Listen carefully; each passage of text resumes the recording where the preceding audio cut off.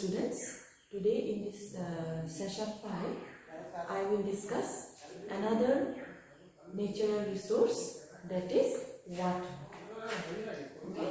So in our last class, I have discussed about the natural resource air. So today we will discuss about water, a wonder liquid. So as they have given in your textbook, okay, this heading, water, a wonder liquid. So today we will talk about this natural resource, that is water. Now water, this natural resource, it falls in which category or group?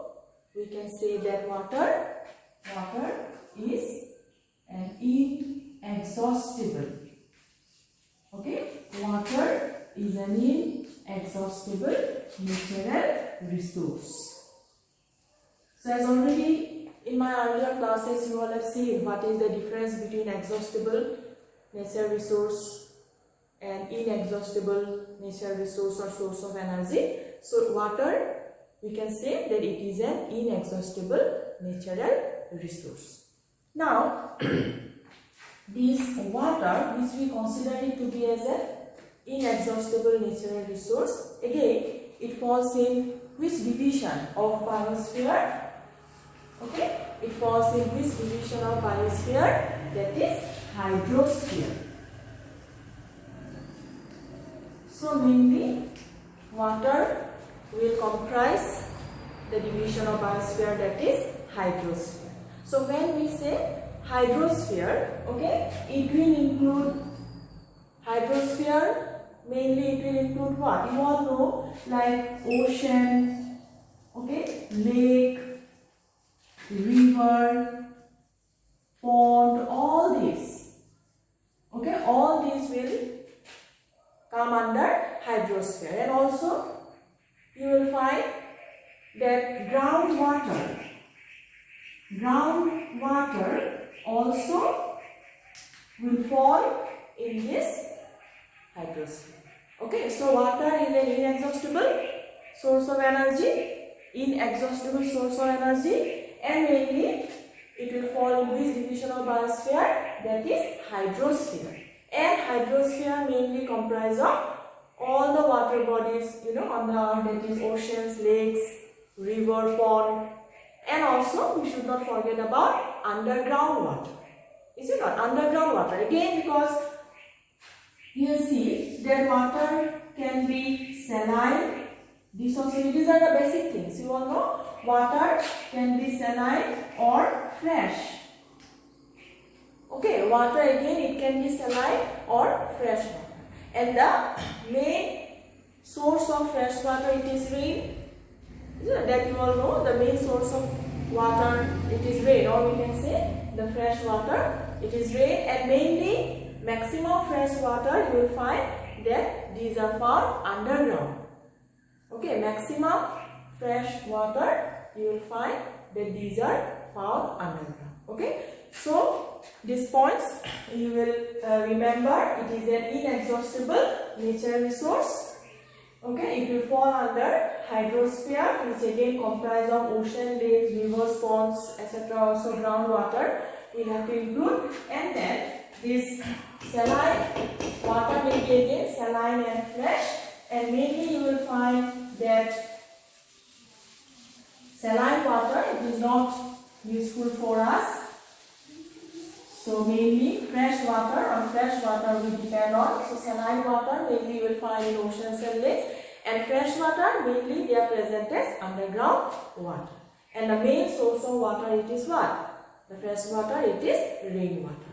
Now water, they are given in your book the heading, a wonder liquid. Why water is considered to be a wonder liquid? Now see, you will find already you all know about some, as a class 9 student, you all know about the general properties of water. All of you know, you all have studied. So wonder, we can say, like a wonder liquid. Water is a wonder liquid. Why? Because some important properties are there. Like one thing you know about water, it is considered to be as what? As universal solvent. Is it not? Water is known as what? Universal solvent. Why? Why water is known as universal solvent? That also you have the idea. Because maximum substances you will find that they dissolve in water. Okay, so maximum substances you will find that they dissolve nicely in water. So we consider that water is a universal solvent. Maximum substances you will find that it dissolves in water if you compare with other solvents or liquid. Okay, then you find that water is necessary for all of us. All the living things you will find that they cannot survive without water. Okay, and mainly you will find plants, they need water for their growth. And what is the source of water for plant? That is from the soil. Again, the underground water they will get. Animals, they need water, including human beings. You will find that maximum chemical reactions inside our body, it occurs in presence of water, in dissolved state. Okay, so maximum chemical reactions inside our body, the functions which occur inside our body, the chemical reactions which occur inside our body, you will find that it occurs in presence of water. Okay, so all the terrestrial animals you will find that they depend on, fresh water. They cannot tolerate the saline water. They will have to keep a balance of their body water content. Maximum chemical reactions it occurs inside the body. So mainly you will find that all the animals, including us, we depend on, fresh water. Okay, so water is very important. It plays an important role, in the chemical reactions occurring inside the body, and we are very much depending upon, the fresh water. And not only the chemical reactions which occurs inside our body or inside the animals, you will find that water is also required. It is also required for our day-to-day activities. Is it not? For our daily purpose and washing, bathing, cleaning, you will find that we need water. Okay, so water is very important, and it is also considered to be as the wonder liquid. Like air, which is considered as what? The breath of life. So water mainly you will find that it is also important. It is universal solvent, and we cannot, survive without water. Okay, now in your textbook again they have given one activity, and in this activity, so let us talk about another, activity which they have given in your book related to water. Now in this activity, what they have asked you to do, to study the number of plants and animals in a particular area in your locality. Okay, you can select one area nearby your house, and you can observe the number of plants and the number of, animals. It may be insects, butterflies or other small animals present in that area, and you will have to study it. You will have to study it, you will have to find out the number of these animals and plants, but at different season of the year, at least twice in a year. And the time which you will consider, mainly the dry season, of the year. You can say the dry summer season, you can take at that time. Once you can, observe the number of plant and animal species in that area, and you will note down. You will take the data in the dry summer season.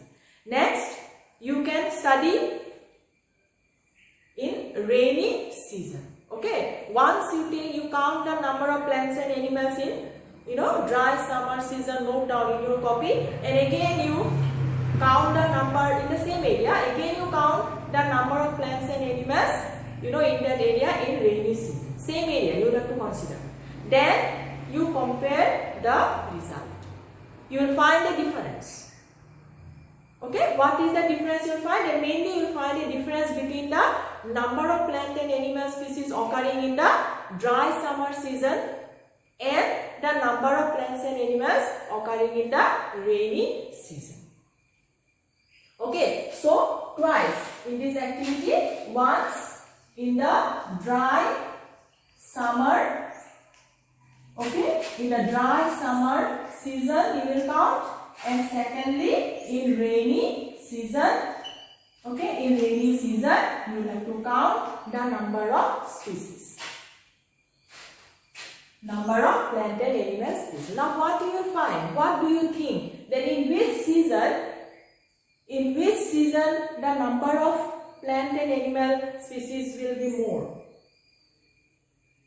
Obviously it will be in rainy season. So when you do this activity and you compare the result, you will find that the number of plant and animal, you will find that in dry summer season it will be less, their occurrence will be less as you compare the number of plants and animals in the rainy season. Now why? Okay, why this difference will arise? Because of the influence will be from, the influence will come from what? From rain, from water. Okay, here the availability of water is less, and here in this season you will find that the availability of water is more, because water plays an important role in the life of an organism. So you will find that in rainy season the occurrence of number of plant and animal species will be more in that particular area, whereas in dry summer season it will be less. Because in rainy season, after rain, you will find that the temperature of the atmosphere, it becomes what? It becomes favorable. It becomes suitable, okay, for the survival of these, animals to reproduce. Okay, so in rainy season, after rain, you will find that the temperature of the atmosphere, it becomes favorable, okay, for the animals. And also there will be high content of moisture that will also make suitable for their living. Okay, so these are the, and also you will find that one important cause is that, the soil will become rich in water. Okay, water will be available in the soil, and that will support the proper growth of plants. Okay, proper growth of plants. So these are the reasons. After rain, you will find that the environment, the atmosphere become suitable, because the environmental temperature will become favorable. Okay, there will be high moisture content. Okay, and also you will find the soil. Okay, soil will also retain, water. So these activities they have given in your book. You will please go through properly. Then you will have to study. You will have to count the number of. Okay, you will have to count the number of plant and animal species in a particular selected area 2 times in a year. Once in the dry summer season and in other in the rainy season, and you compare the difference. And the difference you will find that in rainy season the number of plant and animals, there it will be more. And mainly you will find that it will not only increase the number of plant and animals in that area in rainy season, but also it will influence the diversity. Okay, the diversity of life in that particular area. Diversity of life means what? The occurrence of different types of plant and animal species. Not only the more number of organisms, but also variety of organisms. Diversity will also affect the diversity of the living organisms. Okay, so not only the number, but also you will find that water decides the diversity of plants and or diversity of living organisms. Okay, so this activity was simple activity. Now let us talk about water pollution. Okay, so now we will talk about water pollution. So this is also a common topic, okay, regarding water pollution. So how water is polluted? As already we have talked about air pollution and all. So water pollution. So what is water pollution? The addition of unwanted, substances in the water. Simple. Okay, addition of unwanted substances in water, making it, not suitable for our use. Okay, we can call it as what? Water pollution. Addition of unwanted substances into the water bodies, making it unfit for drinking purposes. Okay, making it harmful for our use. We can call it as what? As water pollution. Now this water pollution may be of different types. So water pollution mainly we can categorize into three types. First we can say physical. Okay, one we can say physical water pollution. Okay, physical water pollution, then chemical. Okay, chemical water pollution, and also we can add here biological. Okay, biological water pollution. So water pollution also we can categorize into different types: physical water pollution, chemical water pollution, and biological water pollution. Is it clear? Now see, under physical water pollution, what it will come? Okay, what are the examples of physical water pollution? Now see, physical water pollution means, temperature, or we can say heat and oil spills.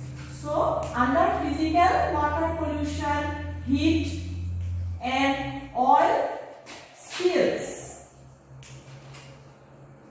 Okay, so heat and oil spills. Now see, these pollutants or heat, high temperature and oil spills, from where it will come?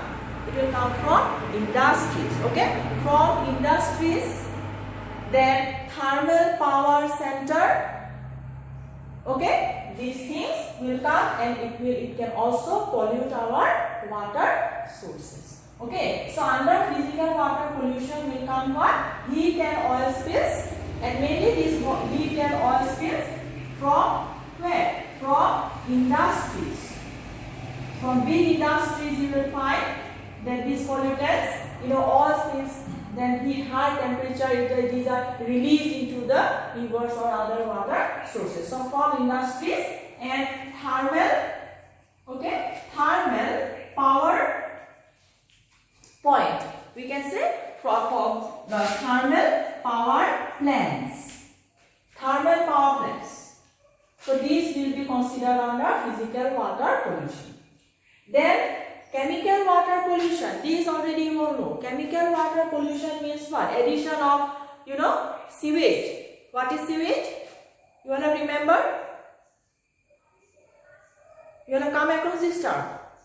So release of sewage, these are the organic, waste. So under chemical water pollution, it will include sewage.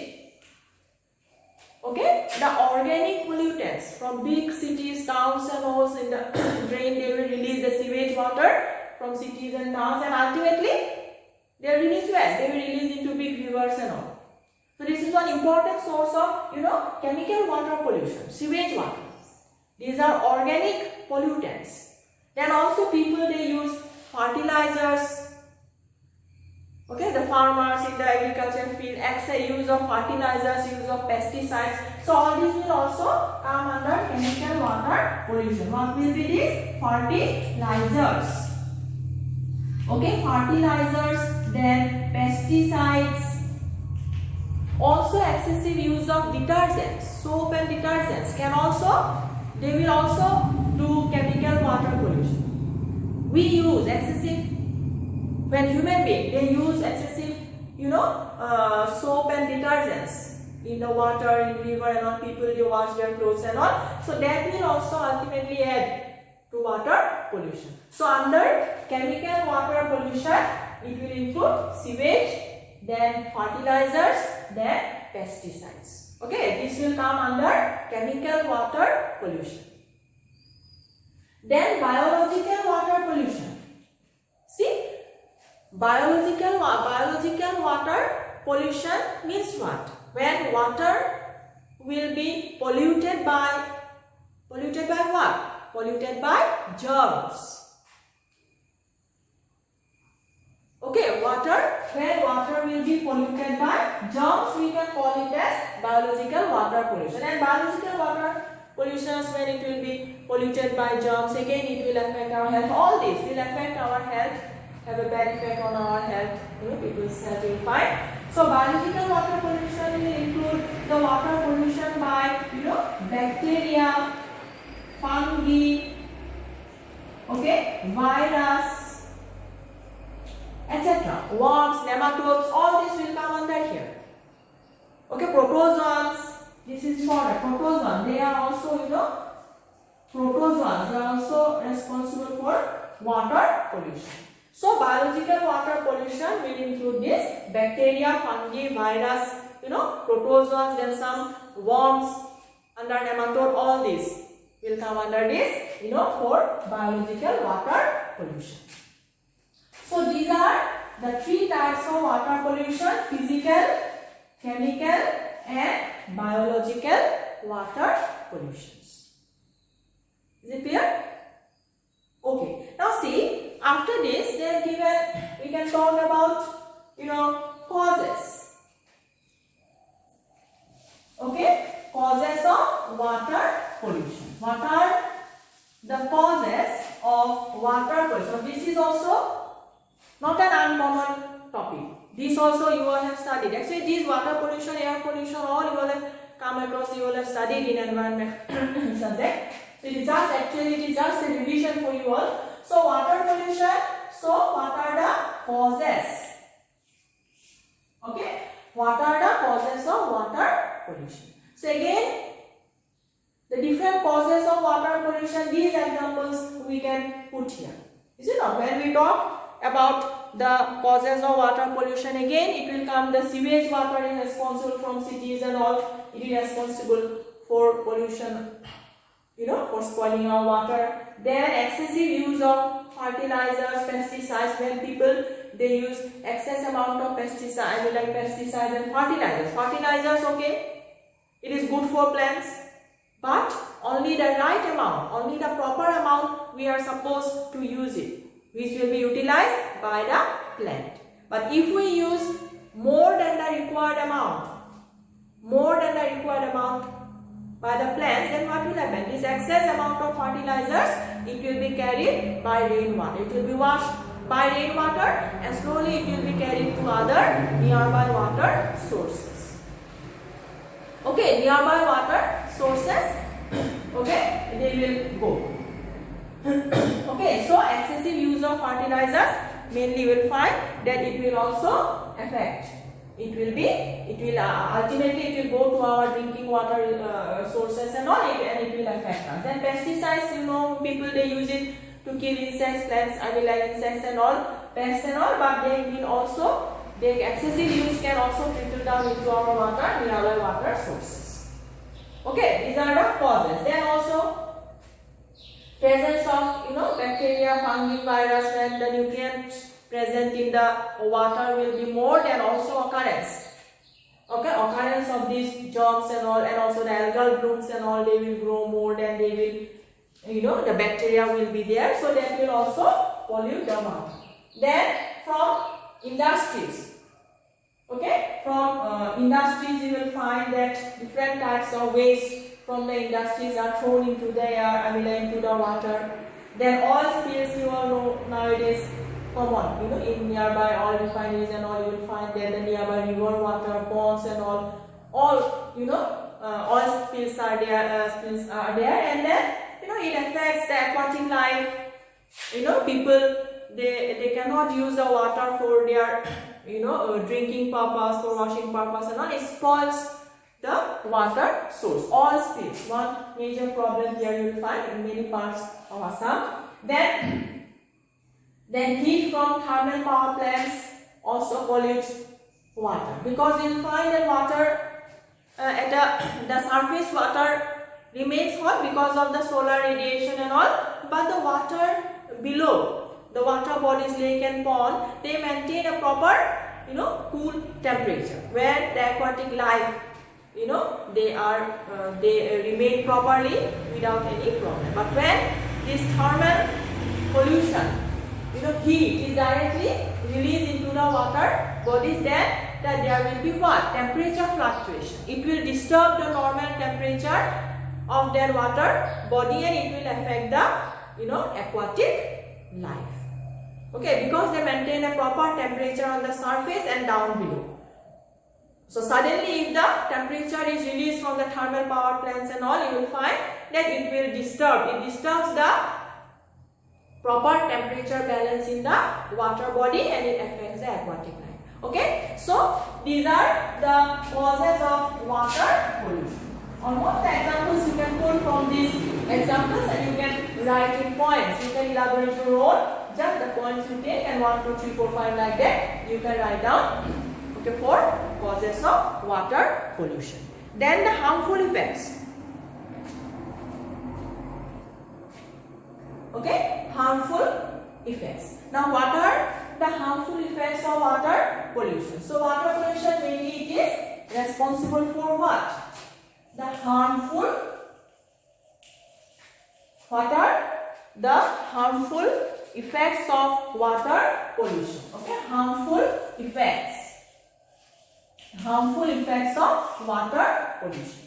So mainly water pollution, it leads to again different types of diseases. The common diseases because of water pollution will arise: cholera, okay, dysentery, typhoid, all this will be there. So these diseases, please you remember, mainly after flood you will find that people, they suffer from cholera, typhoid and all. So these are some waterborne diseases because of water pollution it arises. And also you will find that pollution of water, okay, also spoils the life form in the aquatic habitat. So as already I have said that the life forms in the aquatic habitat, it gets spoiled because of thermal release, from thermal power plants, heat release from thermal power plants. Also, then also excessive use of, detergents, fertilizers, soap and all, you will find that it makes the amount of nutrient in the water bodies more. And because of that, more with algal blooms, it grows in the water bodies. Lakes and ponds, you will find that it covers by thick blanket of algal blooms because of richness of nutrients in the water bodies. Why? Because of the use of some chemicals, fertilizers, detergents on our people when they use, then in the lakes and ponds it goes, and there it increases the growth of algal blooms. And when this algal bloom grows more, it forms a thick blanket over the water surface. Then their decomposition will be there. Bacteria and all, it will decompose.